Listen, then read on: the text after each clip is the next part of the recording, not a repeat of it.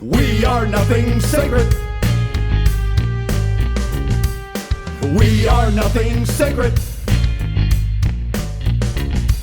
We are nothing sacred.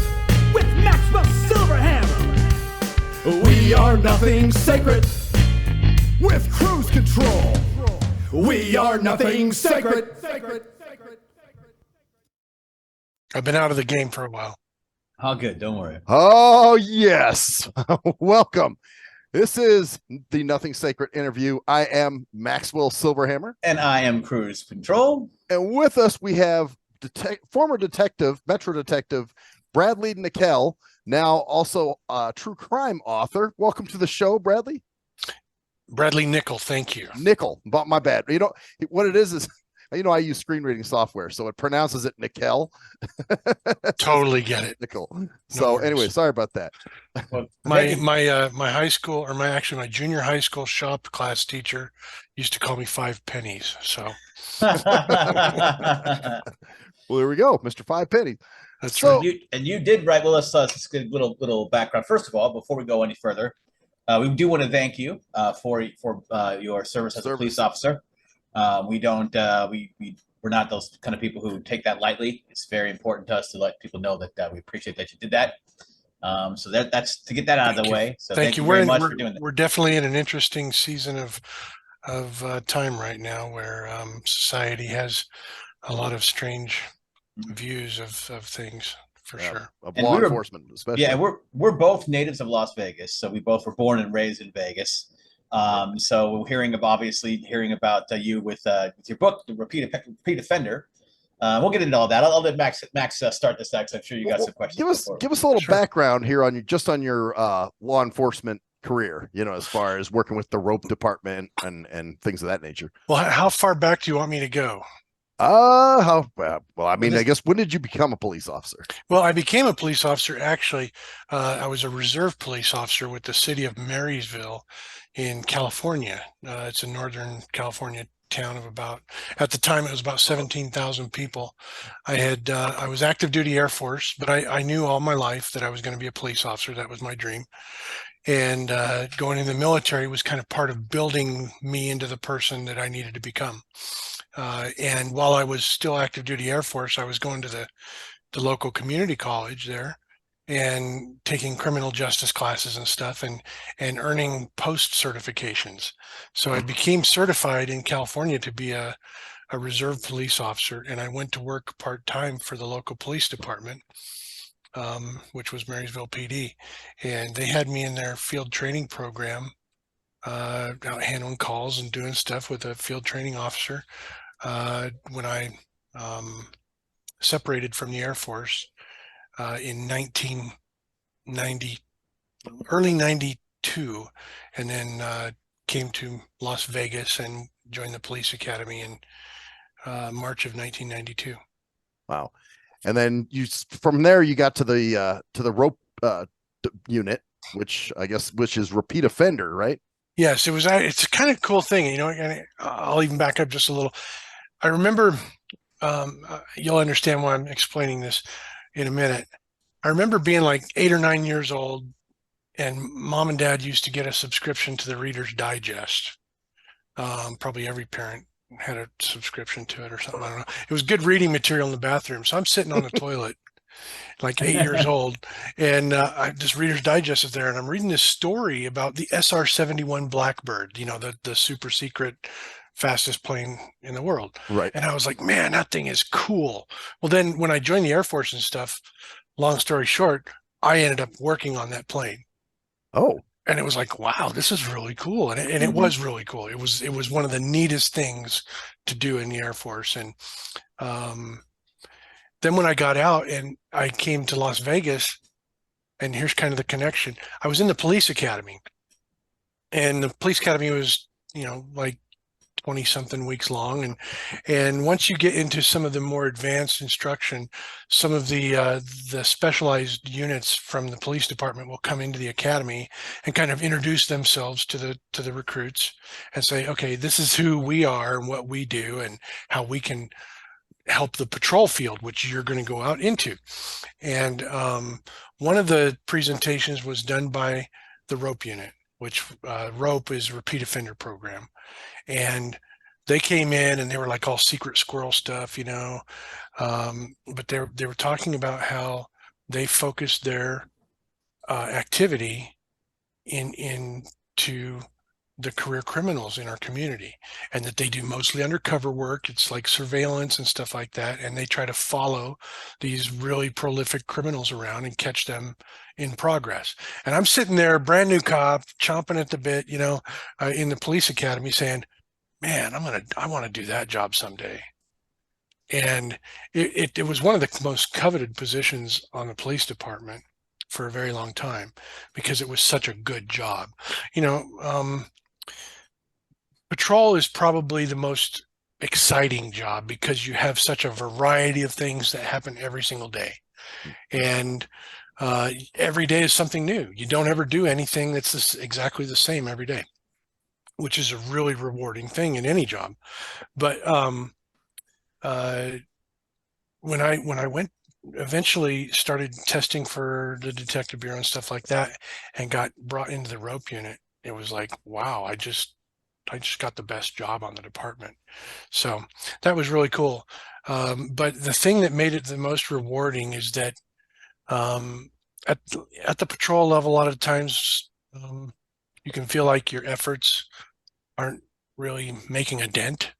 You're not really having a serious impact on the criminal activity and stuff in Las Vegas, because sometimes you take somebody to jail and they're getting out the back door of the jail before you're even done with your paperwork. That really does happen. But in the repeat offender program, there's a special relationship with the prosecutors and the officers, detectives there, and also with the judicial system in general here in Southern Nevada. A lot of people don't know that Nevada has 3 strikes laws like California and many other jurisdictions do. But our habitual criminal laws in Nevada are actually in some ways much tougher than they are in California. Really? Yeah, they are. There are certain instances in Nevada law where if someone has a certain type of criminal history and they commit a new instant offense that is considered a violent crime, like robbery, rape, murder, something like that, there are mandatory things that must happen in the court system here.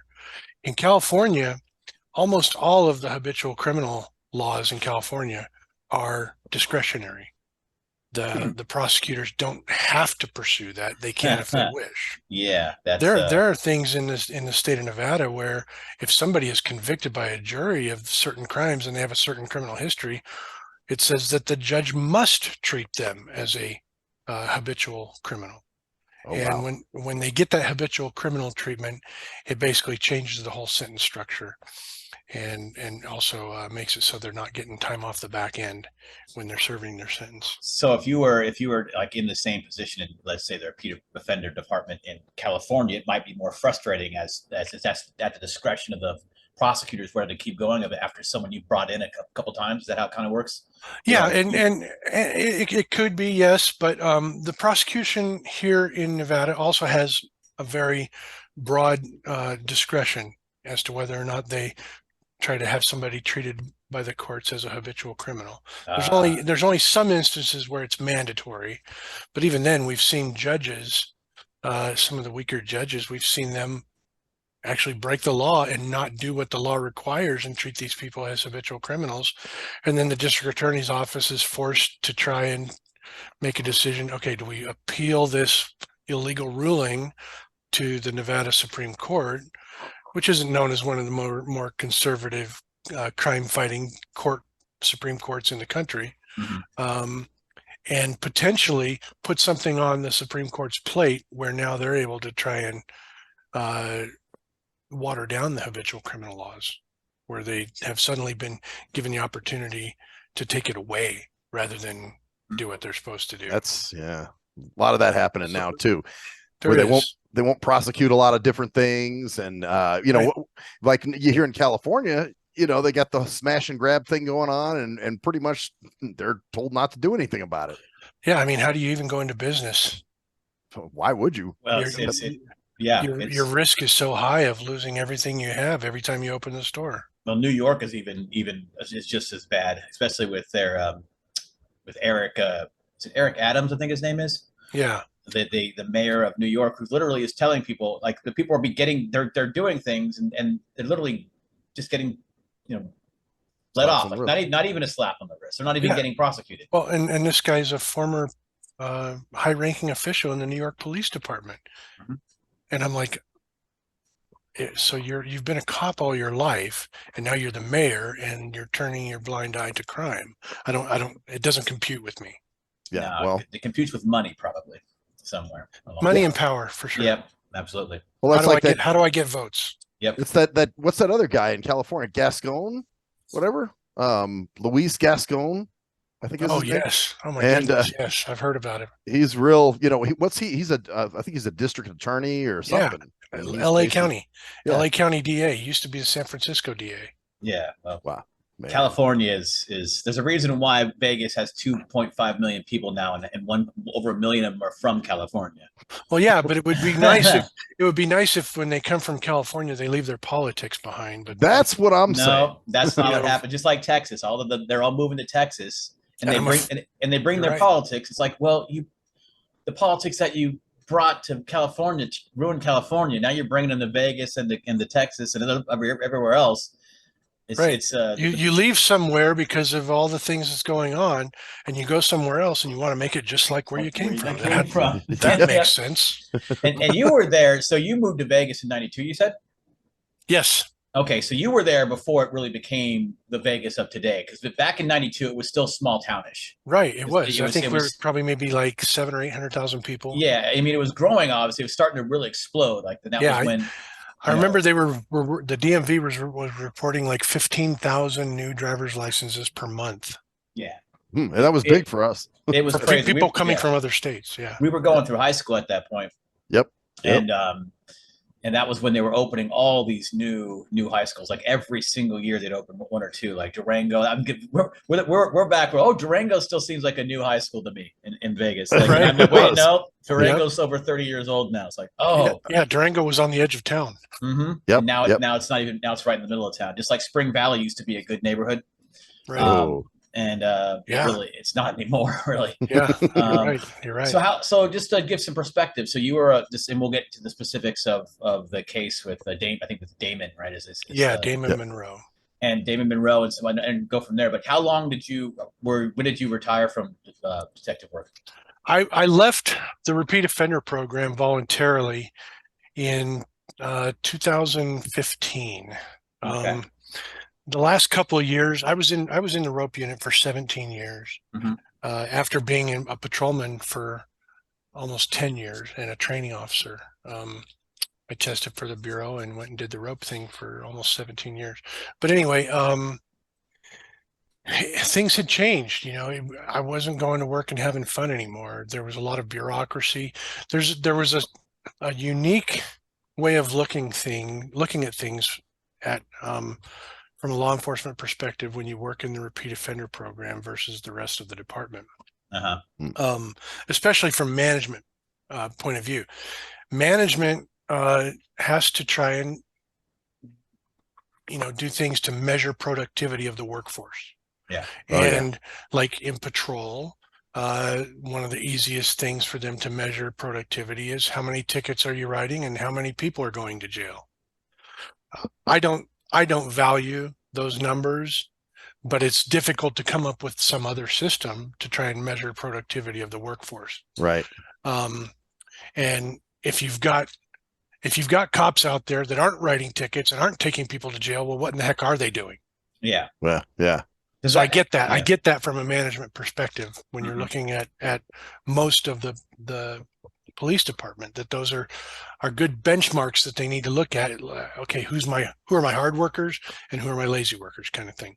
Right. But in the repeat offender program, what we discovered, and many other jurisdictions and even university sociologists and stuff that are studying crime, what they've learned is that when a police department puts together a unit like a repeat offender program, where they focus their efforts towards repeat criminals, not drug criminals, not speeders, not domestic violence, but I'm talking about repeat career criminals, people that are breaking into houses, robbing banks, stealing cars, taking the cops on pursuits, trading in guns and stuff like that. They might mess around a little bit with dope and all that stuff too, but that's not their primary function in the criminal world.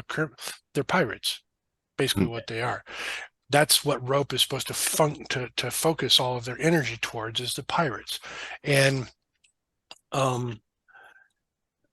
if you are catching a lot of pirates, well, they're not pirates. If a repeat offender program is arresting a lot of people, they're probably not arresting the right people.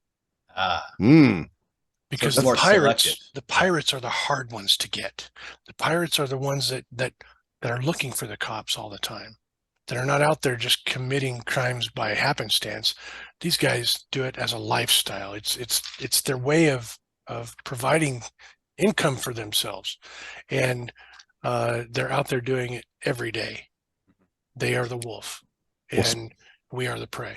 Speaking of pirates, you actually are familiar with somebody that Cruise Control and I both know, Charles S'mores. Yes, yes. We talked before the show, and you brought up his name, and I was like, oh yeah, that was one of my guys. Wow. I had when I left the R.O.P unit in 2015, there was a ceremony and stuff, and they handed off a plaque. In fact, I've got the plaque right over here on the wall. Hang on one second.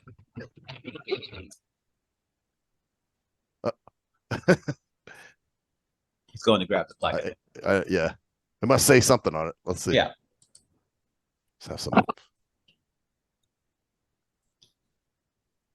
Okay, I'm back. Sorry. Okay, yeah. No worries.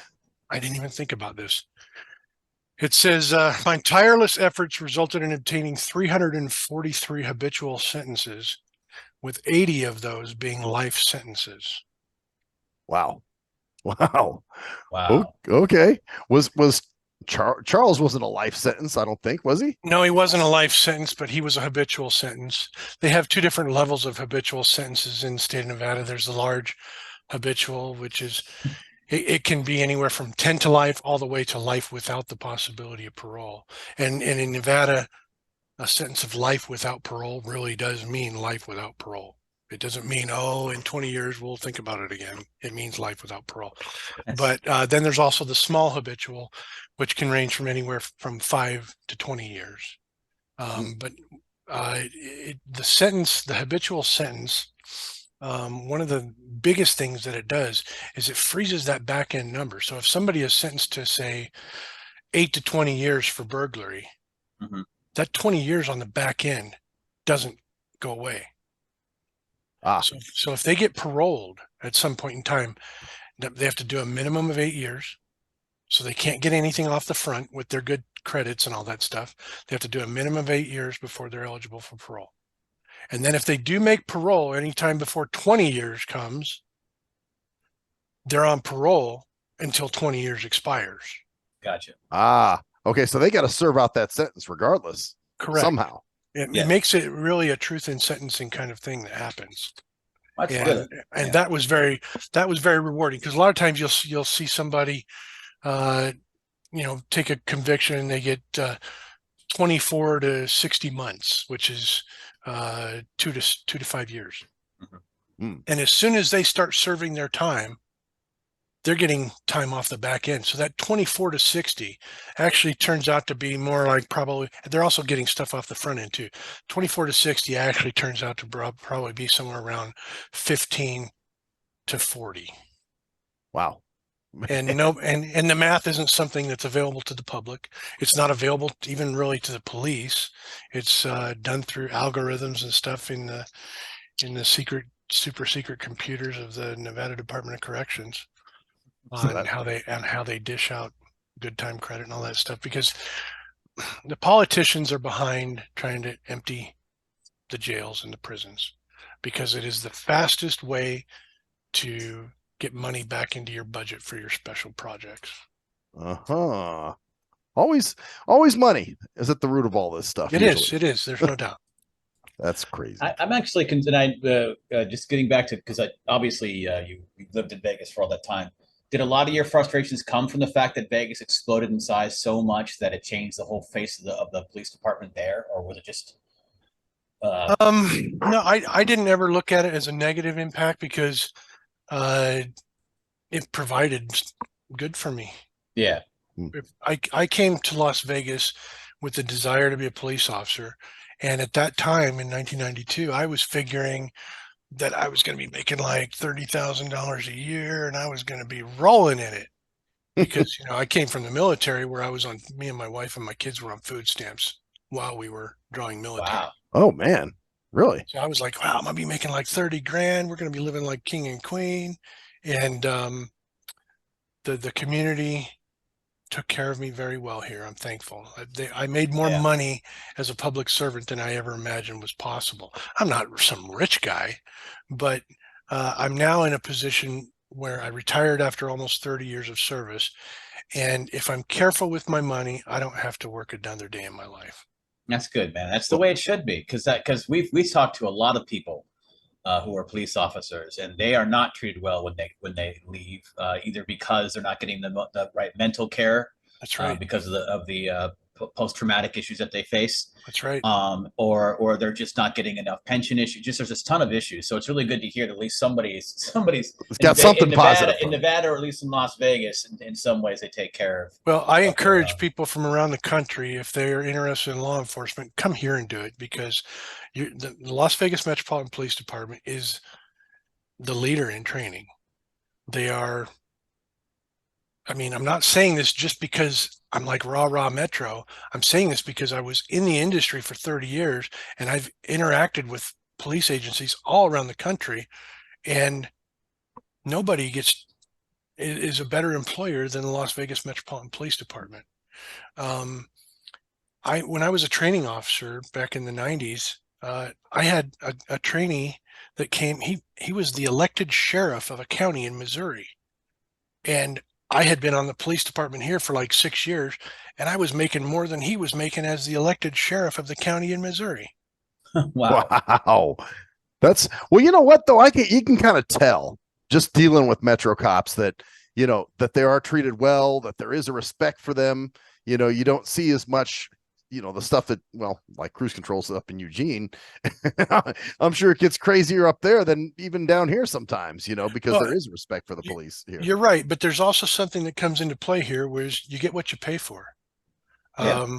These agencies back east that are making it so that police officers have to have 2 jobs to be able to pay the bills. Not too many really bright people are probably going to stay there unless they have really strong ties, because you want to be able to provide for your family. So out here in a place where the community recognizes, hey, we want to pay our police officers a good living wage so that we can have higher quality police officers. And it really does work hand in hand like that. The number of people that I've come into contact at Metro, I mean, when I first hired on the police department here, you knew every cop either by face or by name. You go to the jail and you might not know that cop's name, but he works the Southeast area and you know what his call sign is, stuff like that. I knew everybody and everybody was happy. Now the police department has probably close to tripled in size now. Yeah. So it's impossible to know everybody anymore. So some of the family aspect of it has faded a little bit, and it's gotten more corporate just by nature of size. But the leaders of the police department who express their wants and desires to the elected officials that pay the bills, that collect the taxpayer money and pay for police services, have a good relationship, and I'm thankful. I couldn't be more than thankful where I ended up. I never imagined. I grew up in Denver, Colorado. I never imagined I was going to end up being a police officer in Las Vegas, and I'm very thankful that I did. Did you ever imagine that you'd actually be an author of a book? That's the next one. Yeah. No, not ever. I was. I was living my dream. I wanted to be a policeman, and of course, I've told you I was a father, and as my boys were growing up and stuff, I got involved with youth sports, baseball. I've coached baseball for like 15 years. So my time was all full with being a cop, being a baseball coach, and being a dad and a husband.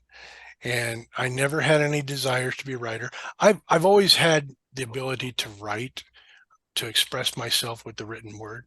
I think most cops have good mechanical writing skills because they have to be able to write police reports.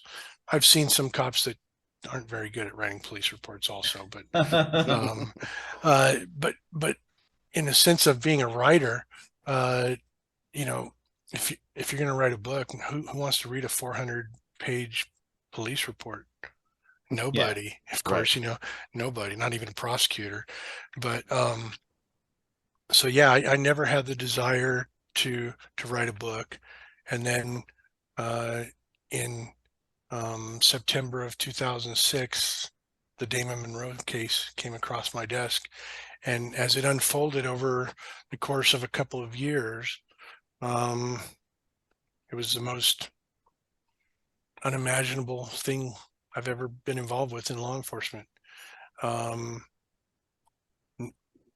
known cops that had 30 years on, all the way down to just a few years on. Add them all together, and we had hundreds of years of law enforcement experience, and kind of involved with this case off and on. And nobody had ever seen anything like this case, and it was just the most incredible thing. So that was something that I spoke with my father-in-law about. He's an educated man, a professor at a Christian university, but he was always interested in my work, police work, because I guess it's exciting and everybody's watching cops on TV, the TV show. And every week we used to watch. Right, and Vegas was like the best one, Oh yeah.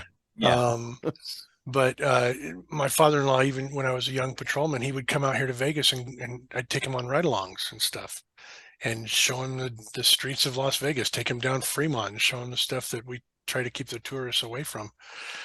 And but so we would communicate now and then. He'd be like, "Hey, what's going on at work? What are you doing now, detective?" It'd be kind of jabbing me a little. And I told him about this case I was investigating with this suspect named Damon Monroe. And I said, "Papa, it's just the craziest thing. We've never seen anything like it. It's like I'm watching a movie or something. Every day there's something new that comes up, and I'm just like, I couldn't have even made that up." And I said, "Papa, somebody should write a book about this." And he said, "Well, why don't you do it?" And I was like, "What are you talking about? I don't even read books." And I was like, "I don't even know what it takes for someone to have an idea for it to actually end up one day being on a bookshelf and somebody being on a podcast talking about it." And he says, "Well, why don't you find out?" And I was thinking in the back of my mind, that is going to be way too much work. But then I was like, kind of like, I like challenges. So I went out and bought a book. It was the fourth edition of The Idiot's Guide on How to Get Published. And I read it in a day.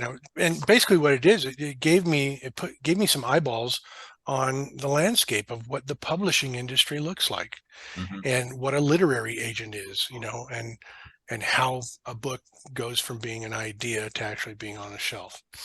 And I was like, okay, maybe I can start kind of wrapping my mind around this a little bit. So then I started Google, how do I write a book? And, of course, you get 2 million hits or whatever it is. And I just started sucking in information and learned about the different types of publishing, with e-publishing. Yes. And the destruction of brick and mortar bookstores, because everybody's buying all their books and stuff through Amazon and all. I just sucked everything in and learned about all this. And I started reading writers' blogs, because one thing that professional writers like to do is not only write their product, their books and stuff, but they actually like to talk about the writing process. And they'll actually have websites where they go in there and say, well, this is what I do, and this is how I edit, and this is blah, blah, blah, blah, blah. And so I'm sucking all this in. I was just a complete sponge. And and it gave me some courage. One of the things that kept coming up over and over again on these writers' blogs was just start writing. We don't care if you're a good writer, just start writing. Just start putting it down. And you know, I've heard over the years people talk about writing as one of the forms of art, literary arts. And I never had really bought into it. One, because I wasn't a book reader, and two, I'm like, art's something you hang on the wall. Art's something that you form with your hands and you sculpt.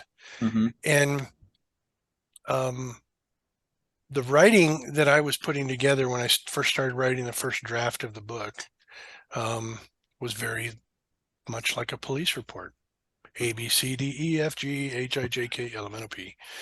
And you know, it was devoid completely of any of the good aspects of writing, like foreshadowing or dramatic tension, any of the stuff that keeps somebody reading. And I had to learn how to do all that stuff. And the writers' blogs helped with that. I hired an editor that helped me learn how an editor goes through a manuscript and what they're looking for and stuff, and how they get everything out of the weeds. So over a period of time, I started to really discover and buy into the idea that writing is an art form. And it is very much like sculpting. You start off with this huge lump of material, and slowly you start pulling pieces away from it. Revealing the actual form of what it is you're making. Well, yeah, I also know you noticed that you do have it says Bradley Nickell with Warren Jameson. Is it someone just helped you like kind of iron that out, or? Well, Warren Jameson is officially my co-author. Okay. Okay. But Warren died before the book was published. Oh, sorry to hear that. He had been in the business for years and years, and I have a deep respect for him because he took me under his wing. He had never written anything for public consumption in the true crime area. He mostly did like how-to books, and he sold like over 1 million copies of a book with Ed McMahon as a ghostwriter with Ed McMahon. Oh wow! And I didn't want a ghostwriter. I didn't want to tell somebody a story and then have them write it. And it's just my name on something that they wrote. I wanted to write this book because I felt that nobody could tell it like I could. I just needed to learn how to do the telling.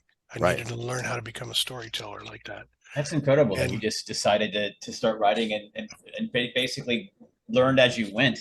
Along. All self-taught. Warren took me under his wing. I reached out to him because I found him on his own website that he had at the time, where he was advertising like ghostwriting services. And I sent him an email and I said, look, here's the synopsis of the story. I want to write this, and I need somebody to teach me how to do it. So we agreed to become partners in the writing of the book. And I don't say this with any big-headedness, but just as factually as I can be.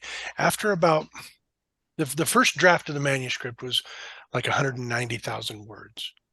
That's huge. I don't know if you know how big that's. That's like Gone with the Wind. You know, it's big. Right. And the industry has no tolerance for a brand new writer wanting to write 190,000 words. Yeah. So you got to keep it short when you first come out. You do to a degree. I mean, the industry in the true crime genre is looking for about 100,000 word book because they're looking at the cost of each page that they have to print, and getting into all that stuff. So the business side of it. But anyway, so the first draft of the manuscript was 190,000 words. It was a huge monster. And of course, when I finished the first draft, I was like, yes, I'm done. Little did I know that was only the beginning. But there was this great sense of relief, like I had accomplished something. And then one of the writers' blogs that I had paid a lot of attention to was like, okay, once you get that draft done, put it away, put it in a box somewhere, and leave it alone for a couple months. Don't even think about it. Go on with the rest of your life, and then come back to it and start going through it one page at a time. And you're gonna be like a gardener pulling weeds. Start pulling out stuff you didn't like, and it doesn't sound right. Absolutely. You're like you're reading it and you're like, I can't believe I wrote that. That's such garbage. It doesn't even make sense, you know. Right. And but at the same time, you know, I'm becoming a book reader. One of the greatest pieces of advice was start reading some of the great writers in the genre that you're writing in. Mm-hmm. Mm-hmm. And so I started doing that, and expanding the mind is basically what was going on. And also, did it actually? Because I've been an avid reader since I was, all my life basically. So did it actually start getting you go? Wow, this is actually really fun hobby. Yes, because once you start to understand what is going on, that there's a psychological component to writing, Mm-hmm. where you are, and I'm thankful that readers allow a writer into their private places, into the deepest reaches of their mind. But that's what makes us readers. We want to hear what you got to say. They give you, a reader gives a writer permission to come into their imagination and tangle with them. Yeah. So I was like, hold it. This is almost like I'm a religious guy a little bit. But this is almost like a holy thing here, you know?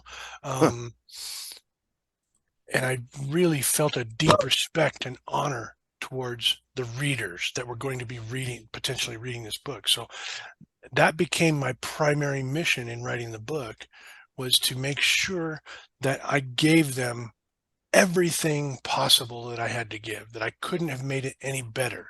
Mm-hmm. And so going through that whole process of learning with all that stuff in mind, and understanding the psychological component, you know, Steve Jackson is a multiple-time best-selling true crime writer who ended up being my publisher at Wild Blue Press.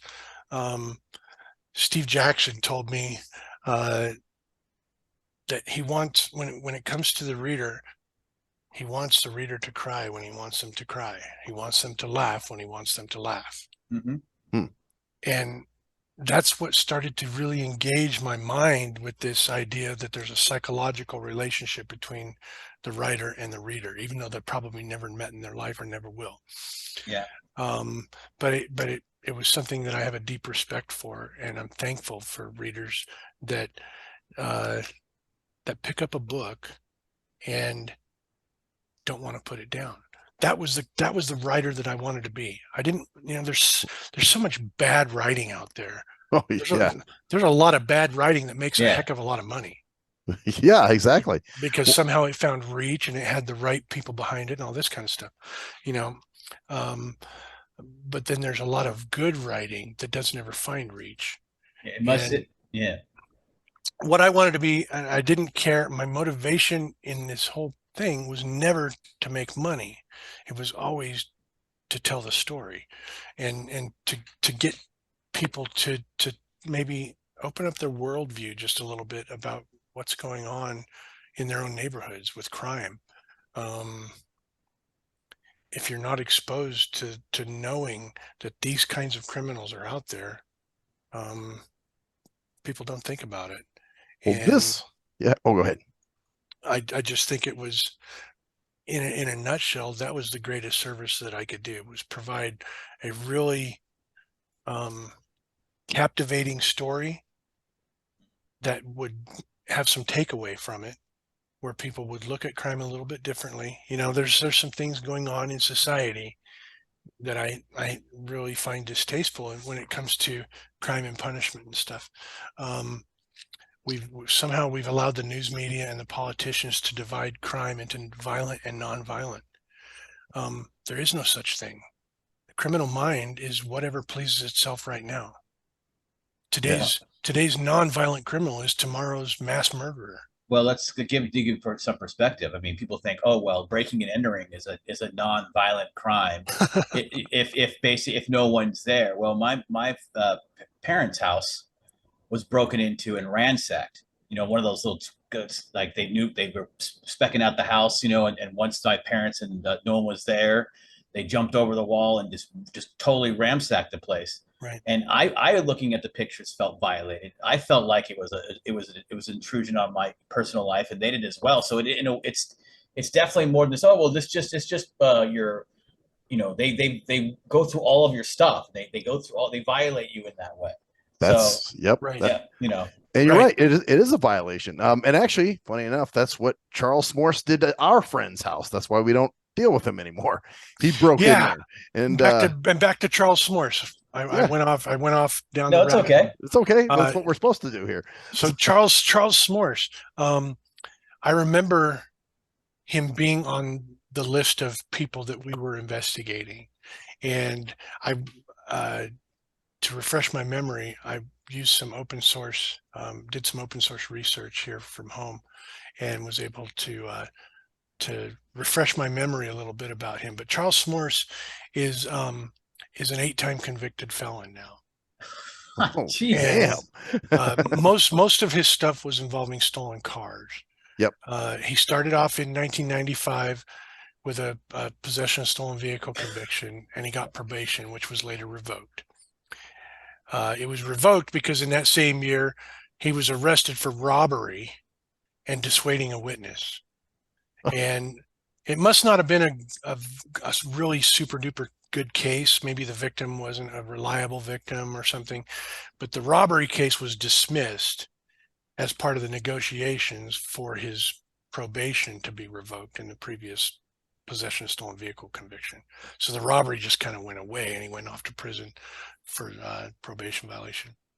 Wow. But he got out very, very soon after that. 1996, got arrested again for possession of stolen vehicle, evading police, took police on a car chase, and he got caught, pled guilty, and that this was also part of that probation revocation. So he got sentenced to 1 to 2.5 years and was out in a year. Then wow. Back in 97, he's out. Multiple counts of grand larceny, possession of stolen vehicle, identity theft. He pled guilty to grand larceny, possession of stolen vehicle, and identity theft, and received 1 to 4 years on each count, and the counts ran concurrently, meaning they run together. So he probably, at the 1 to 4 is actually probably about 8 months to maybe 20 months, because he's getting good time credits. So you can kind of see, as Charles Morse here is an example of a repeat offender, a career criminal. Oh yeah. And part of the cause is because we never held him accountable. Yeah. We sent him off to the Gladiator Academy for 8 months, and he comes back healthy. Ready to gladiate. Yeah, exactly. Yeah. He comes back healthy, fed, medicated, he's got his vaccines or whatever he needs, and comes back and goes right back to it. 95. That was right around the last time I think we. That's the last time we saw him. Well, you called me because you saw him on the news. That's right. 2001 attempt burglary and grand larceny case, got probation again. Wow. 2002 gross misdemeanor, possession of stolen property, and conspiracy. Gave him credit for time served, and they revoked that probation that he got in 2001. And he was sent to prison for 1 to 4 years, which means he was probably there for about 18 months. He's like, I don't have to pay rent for another year. I can just chill, and meet some old 2000, friends. 2007, and I think this is where I got involved in him. 2007, he was charged with grand larceny auto, evading, battery with a deadly weapon, and substantial bodily harm, and possession of burglary tools. He stole a Suzuki motorcycle and had it in the back of a truck. The victim of the stolen motorcycle saw his motorcycle and started following while he was calling the cops. And Charles Morse rammed the victim with the truck, causing substantial bodily injury. Oh, shit. Officers located the truck in an apartment complex and tried to block him in. He took the officers on a high-speed chase, but was eventually stopped and arrested. That's crazy. That's in 2008. Let me finish. Oh, go ahead. I'm sorry. In 2008, he stipulated, meaning agreed to, being treated as a habitual criminal. The state argued for large habitual, 10 to life. The defense argued for small habitual, and the judge gave the small habitual 8 to 20. Yeah. Wow. He appealed to the Nevada Supreme Court, citing cruel and unusual punishment. Supreme Court denied the appeal, stating the judge could have made the sentences consecutive, but didn't. And S'mores was statutorily eligible for 10 to life, but that was not exercised, so it was not cruel and unusual. He's now a 10-time convicted felon. He was released on parole in 2015. Was arrested for DUI and speeding not long after being paroled. His parole was revoked, and he returned to prison. His sentence expired in 2019, and I don't know where he's at today. Wow. That's just it's just amazing. Like these people, because there's this idea like, oh, they're going to learn. You put them in prison, they're going to learn and they're going to reform. Nope, not at all. Right. And wow. In so many cases, we've seen it where these Charles S'mores has a history of property crimes, stealing cars. Yeah. Yep. But then it escalated to taking the police on a high-speed chase. Then he tried to run somebody over when they were trying to recover their stolen motorcycle. It's the criminal mind. It's not by his convictions. A person could probably argue under today's standards that Charles S'mores is a non-violent criminal. That's well. First of all, the battery running into somebody. First of all, that totally destroys that argument. Yeah, exactly. But, yeah. But you see what I'm saying? That's what the people who are trying to create that atmosphere, that's what they would say. Well, he's a non-violent criminal. He's never really hurt anybody, you know. Yeah, he was just trying to get away. He ran that guy over or something like that, you know. And Right. I've been hearing these same arguments all my career, all my life, all my adult life, you know. Yeah. And it doesn't compute with everything that I've, you know, as a police officer and detective. I've been a scientist in the criminal justice field, and I've been out there working in it every day, and I've seen so many times where these non-violent people end up doing something heinous and killing people or harming people. Well, And like you were talking with the house being burglarized. The federal system, I don't know if you know this, the federal system actually recognizes residential burglary as a violent crime.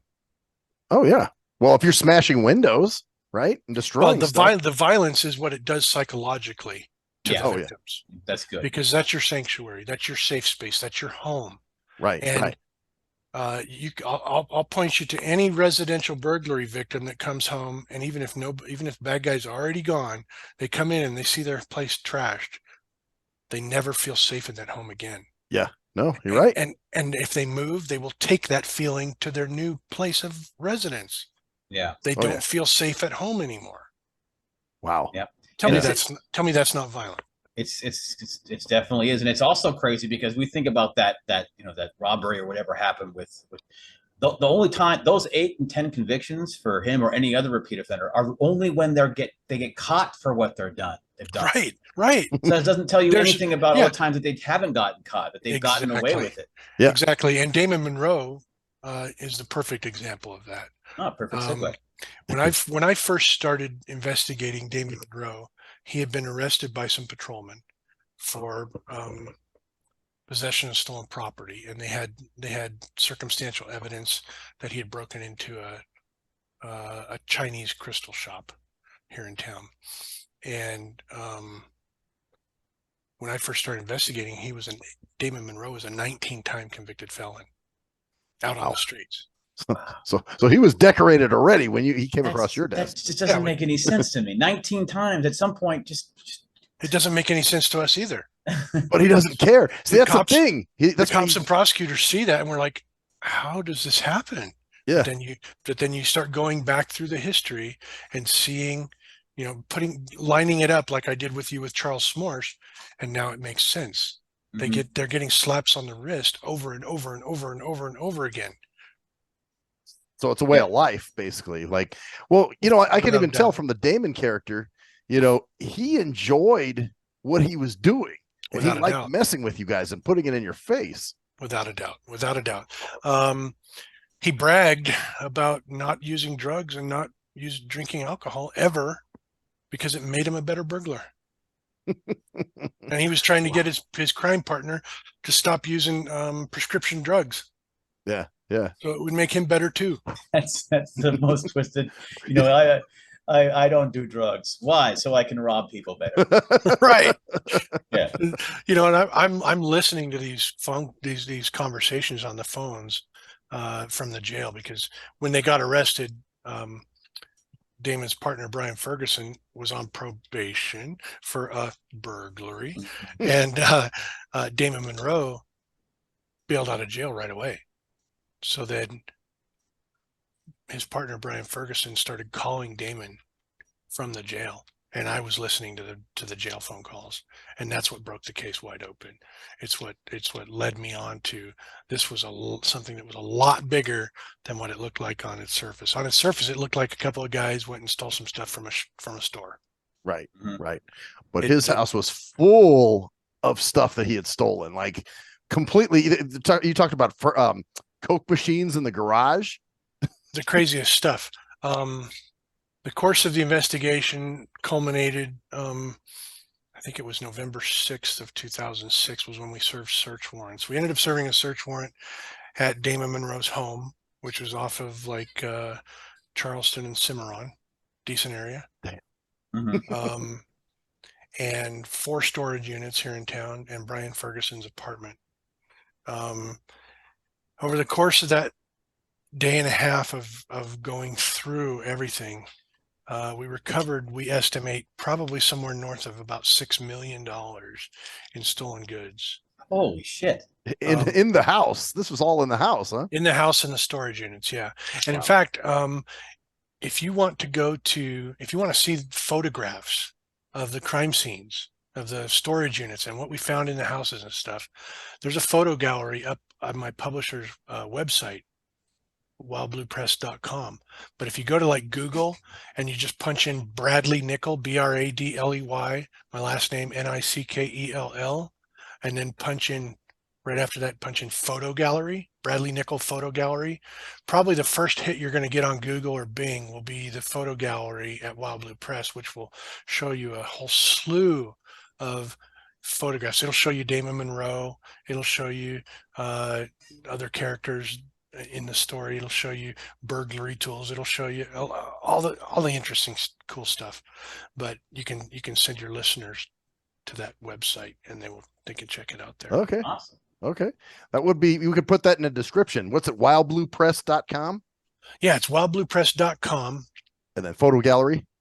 No, it's actually the URL is longer than that. It's just a big, okay. Yeah, it's wildbluepress.com/repeat-offender-photo-gallery. Oh, okay. Okay. All right. But if you just go to Google and punch in Bradley Nickell photo gallery, it's going to come up off of the search term.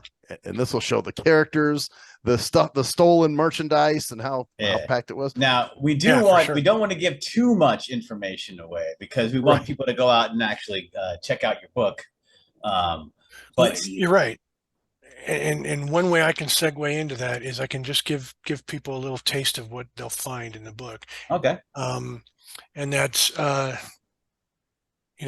was trying to put this huge stolen property burglary case to bed for a long time, and I just kept finding more stuff. And then we found bank accounts, huge bank accounts. And then Damon Monroe's daughters revealed to school officials that he had been sexually abusing him. Oh, wow. Wow. So this took a big turn. Yeah, then it became. Yeah, this non-violent criminal has something has something else going on in his life. Go figure. Even more of quote unquote non-violent, and that obviously as a father probably turned you. Changed everything. I mean, obviously the burglary, and you know what that affects you, but you're like, holy shit, chilling. Yeah, bone chilling, without a doubt.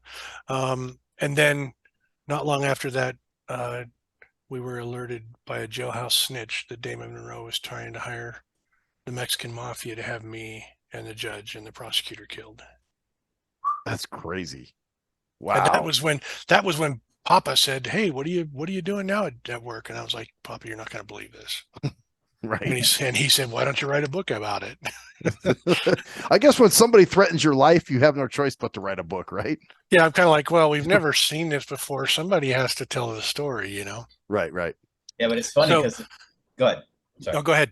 I was just going to say the last laugh is actually on him because not only because without him, you wouldn't have gone into this different direction and actually explored something else in your life and found not a new hobby and also an art form that you now appreciate more. So sometimes Yeah, those, without a doubt, there's yeah, a lot of connections there. yeah, And I'm not so bold to say that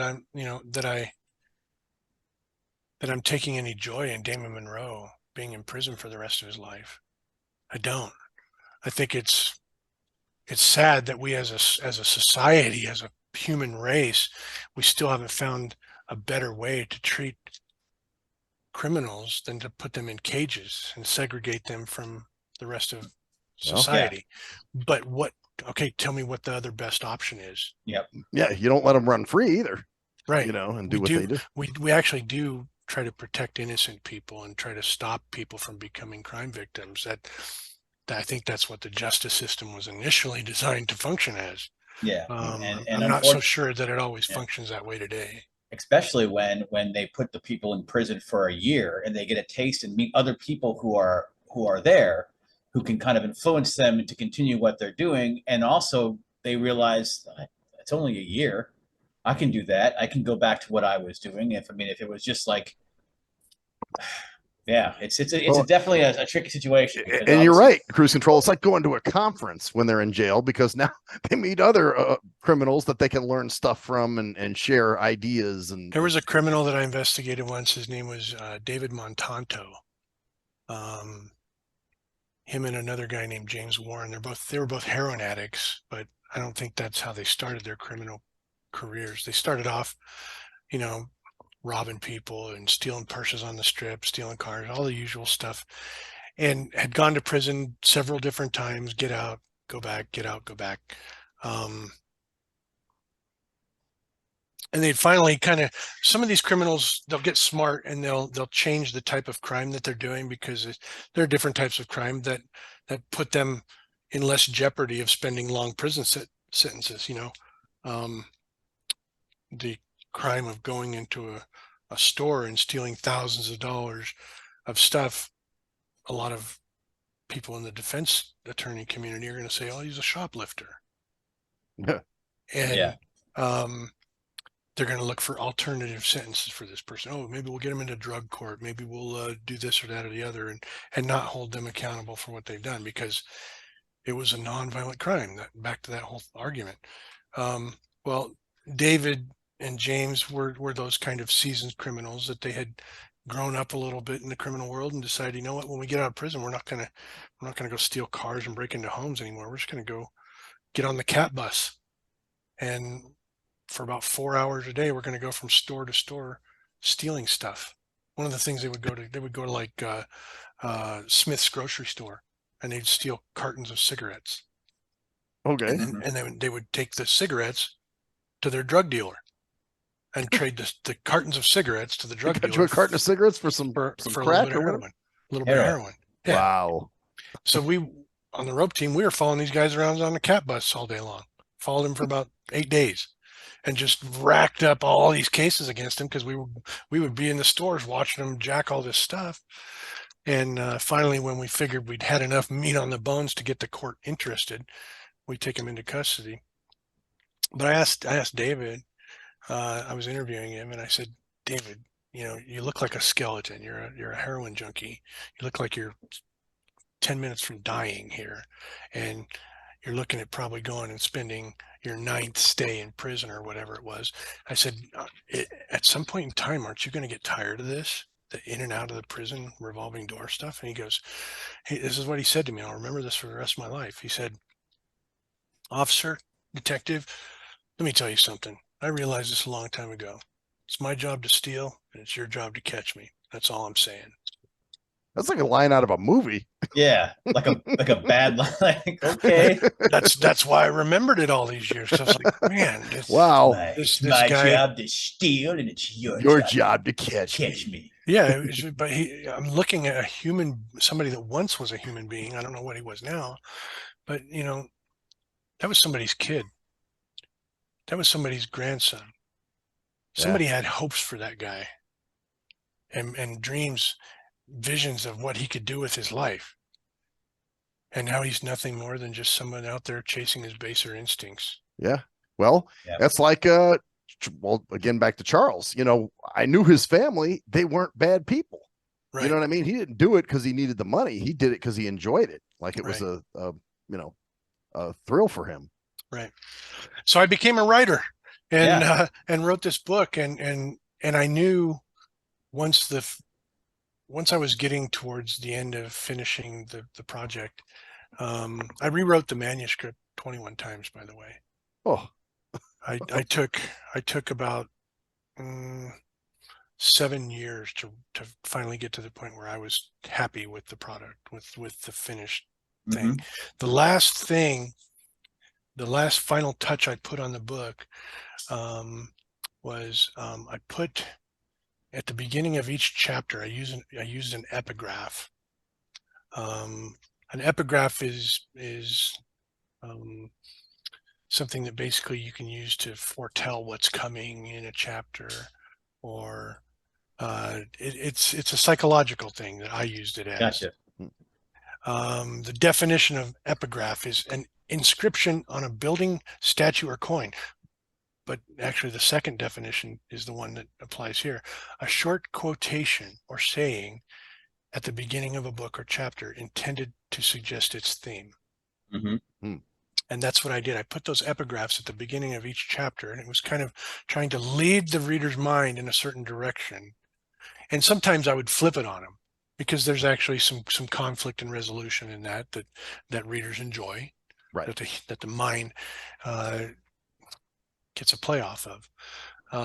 The whole psychological thing about writing is something that really I got turned on to. It was pretty cool. I learned that the human mind can comprehend language faster than the eyes can bring it into the brain. So hearing it is more effective? Hearing it is different. You're using a different set of nerves entering that information into the brain. But actually reading it. But the human, actual reading is coming in through the eyes. Listening is coming in obviously through the ears, but it's done through different processes, different areas of the brain. But the human mind as a whole can comprehend language faster than the ears can hear it, and faster than the eyes can process it. Wow. So with that in mind, I was thinking, why do people put books down and never pick them up again? What makes a bad book a bad book? And one of the things I came up with a list of things that I made, but one of the biggest things is something that I called speed bumps. When somebody's reading a book, you want them to be in the room. You want them to be in that scene. Right. To feel like they're there, right? Right. You want them to forget that they're reading. And that was my challenge to myself, was be that kind of writer. Well, and the speed bumps are things that come across the page that all of a sudden pulls that reader back into reality, and they're back realizing that they're not there. They're actually sitting on their couch reading a book. Yeah. The more times you do that, the greater you increase the chances of that book being put down and never picked up again. Well, you successfully, I read it in, I think, 2 days. So you definitely, you accomplished your mission. Well, the closer that you can get the writing to the speed of the mind, to the speed that the mind can comprehend, you can never achieve that. But the closer you can get there, the greater chance you have of the reader staying engaged, right, and actually getting to the back of the book and finishing it. Yeah. One of the things that I thought of quite often when I was writing was, I want these people who have trusted me with their minds, I want them to stay up late at night turning pages. I want them to have the reading lamp on in bed, and their husband says, "Can you turn the light out?" And she says, I want to get one more chapter in. And the epigraph was another part of that. The whole thing is there's a linkage here. If somebody ends up at the last page of a chapter and they were just riveted, and all of a sudden on the very next page they see this epigraph that's drawing them in to the next chapter. Oh yeah. Oh, I can read one more chapter, and before you know it, they're at the back of the book in 2 days. Yeah. Right. And that's reflected in the reviews from Amazon. I have a 373 reviews right now with 4.5 stars, 4.5 stars, which is pretty damn good. So you obviously succeeded in your goal. So it's pretty awesome. And Thanks. Writers are taught, don't pay attention to the reviews, but I think all writers are liars when it comes to that. Well, it's pretty accurate though. I mean, what they're saying there is that's about how I felt when reading the book. Because you as a human being, you're seeking some feedback as to, okay, I think I did really good with this. What do people really think? And if you look on that first review that comes up for top reviews on the book from the United States, there's somebody, S. Watkins, and he wrote kind of a lengthy review, but he doesn't give, it's not a spoiler kind of review.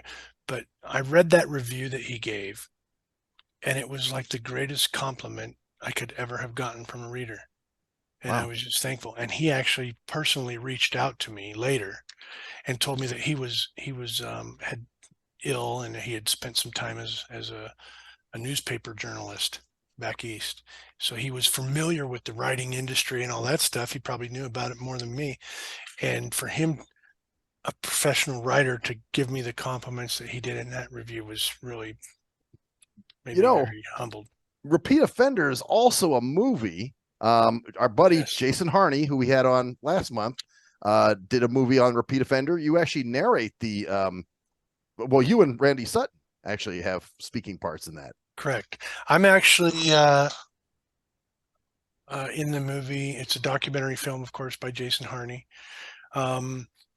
And I'm interviewed in the film. That's right. Randy narrates. The voiceover narration is done by Randy Sutton, retired lieutenant from Metro. Yep. And he did a bang up job.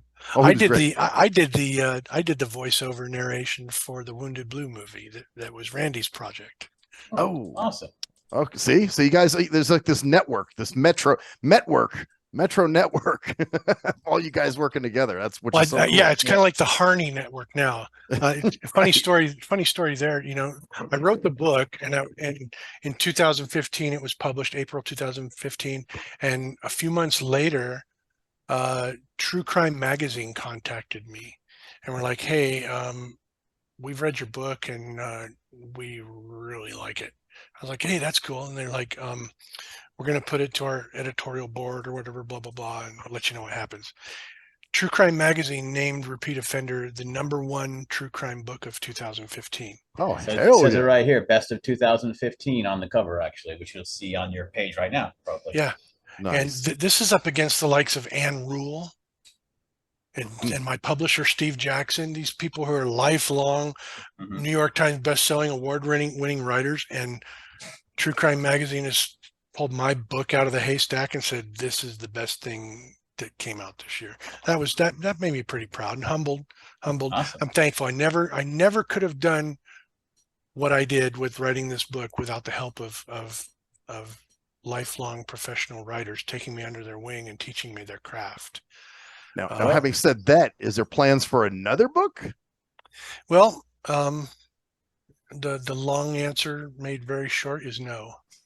I pulled the plug on that. You have to remember, I never wanted to be a writer. Right. Yeah. Right. It's probably so hard. 21. Yeah. Well, hard doesn't scare me. I'm not scared of work. But there are some things that do come with the industry that I find staggering.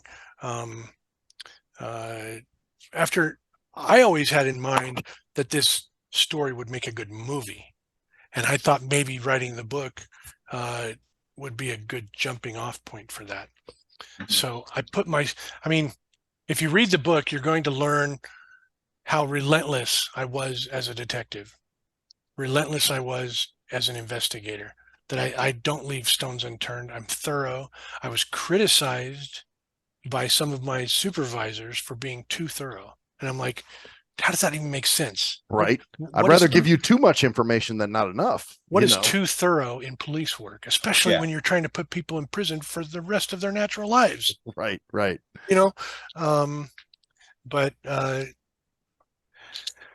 So all that happened. And then So I had the idea of it becoming a feature film, because there were some things I wanted to do with some of the characters. Damon Monroe, I wanted people to know a little bit more about him, that some of this stuff didn't really belong in a true crime book. When you read the book, you're not going to get a lot of information about who Brad Nickell is. You're going to get to know about Brad Nickell, the cop, but you're not going to, get to know what makes Brad Nickell, the person, tick. Right. Um, right. Because I don't think it was appropriate, because I didn't want the book to be about me. I wanted it to be about these people that I was plopped into the middle of this story. But I thought a feature film might be good to maybe let people a little bit inside who Brad Nickell is, and what made Brad Nickell want to be a detective, and what made Brad Nickell as relentless in his pursuit of Damon Monroe as Damon Monroe was relentless in his pursuit of the fruits of crime. There's some really deep stuff there, and some comparisons that I'd like to make between my own personality and that of this notorious criminal, Damon Monroe. There are some things that we have in common. And but he chose to pursue ill-gotten gain, and I chose to pursue trying to do good for other people. So I learned how to write screenplays. I bought some software that the industry uses called Final Draft. It's an expensive piece of software. And I learned how to navigate it, and I started reading, just like I did with writing a book. I started reading screenplays, and I started learning about the mechanics of the screenplay and all the different things that the industry is looking for. So I started writing a screenplay, and ended up coming across an independent filmmaker who had won the Boston International Film Festival for Best Film and Best Director. Came across her on Twitter, social media. At the time I had a huge social media presence. I had close to 100,000 followers on Twitter, and wow, I had a voice, and I was looking for your Twitter. It doesn't exist today. You don't have one? Okay, all right. Nope. Yeah, I was looking because I was like, I usually like to tag you guys when your interviews go up. But I pretty much unplugged from almost all social media, and here's why. So I engaged with this independent filmmaker, and I checked her out. This was a legit thing. This wasn't some clown on Twitter playing like they were somebody they're not. And one of the things I learned about the film industry is, no matter how great your story is or stuff like that, you have to know people in the film industry. You have to network, and you have to get connected to people. That's how things get done in the film industry. So that's what I started doing. I was using Twitter and other social media to network in the film industry, and started making friends with film directors and producers and stuff like that. I was really pretty decently acquainted with a film director that had a movie in theaters at the time. I'll leave his name out of it. But so that this independent film maker out of Boston contacted me through Twitter and was like, "Hey, I'd really like to read the story that you've been talking about on Twitter, blah blah blah." So I was like, "Okay, cool." So I sent her a copy of the book, and I FedExed her my standing draft of my screenplay. And like 2 days later, after she got it, she sent me a message. Here's my email. This is my cell phone number. You really know how to get people's attention right from the get-go. I like the story. And she was not only an independent filmmaker, but she actually worked,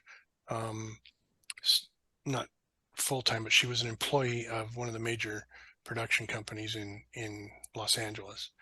And she had a house in Malibu, and she had a house in Boston, and she would split time between the two places. And she was like, "Hey, I'm gonna FedEx a writer producer agreement to you if you want to make this film together. And I'm headed out to LA next week, and I'm going to be meeting with some studio execs, and I want to pitch the film with a $50 million budget and 2 A-list actors. So you're thinking, oh man, and I was like, wow, this is happening. And never heard from her ever again. Huh. Wow. You got so you got your little taste of entertainment and music and the business, you know. You're exactly right, and I had no idea that even existed. And I contacted my other friend who was the film director that had a movie in theaters. I said, I don't understand what's happening here, and he said, welcome to Hollywood. Yep. That's the crap they pull, man. So you got any websites, any other stuff? I know obviously you said you're not on social media, but how can people get in? I know obviously on Amazon.com you can go and you can just look up a Repeat Offender by Bradley Nickell, Nickell. Correct. And you'll be able to find that right away. It's on audiobooks, it's on Kindle. So if you're a Kindle reader like me, you can get it there, and you can also get it paperback as well. And I'd also like to point out that the documentary film, which turned out really good, that Jason put together and I actually helped produce, it's available on Tubi and Plex. Oh, okay. TBUI, isn't it? TUBI and Plex, PLEX. And I think they're available there the movie is available there for free. Awesome. That's cool. And it's gotten some really high reviews as well. Well, that's definitely. Well, I saw it actually. I did watch the movie afterwards after reading the book. I think it was because you told me I could actually hear the phone calls. So I was like, oh, I want to hear it, because I was curious of what Damon sounded like. Yeah, you'll get to hear the actual voice of Damon Monroe. You get to hear the actual jail phone calls. It's interesting. So, well, man, Bradley, thanks for jumping on with us and spending some time with us. You know, and good stuff. If you ever decide you want to write something new, you're welcome back. Well, and that was the thing. If you want me to finish up real quick, I'll tell you why I'm not writing. Okay.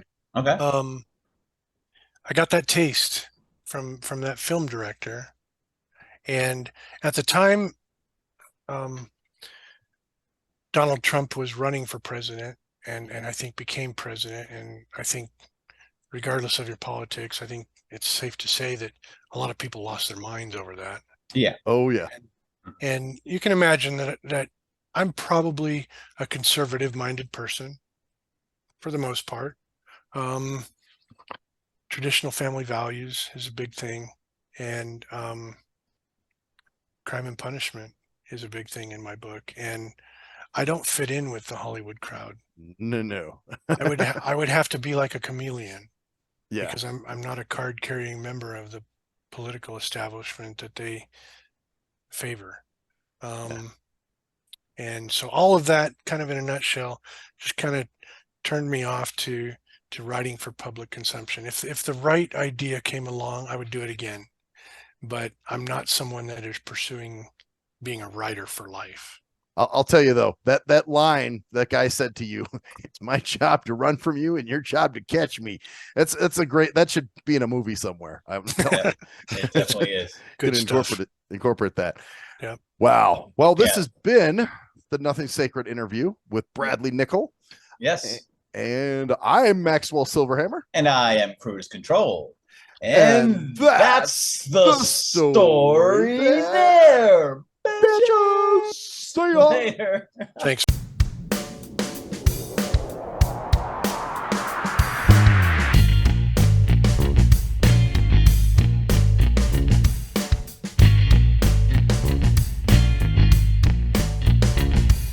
We are nothing sacred. We are nothing sacred. We are nothing sacred. With Maxwell Silverhammer. We are nothing sacred. With cruise control. We are nothing sacred.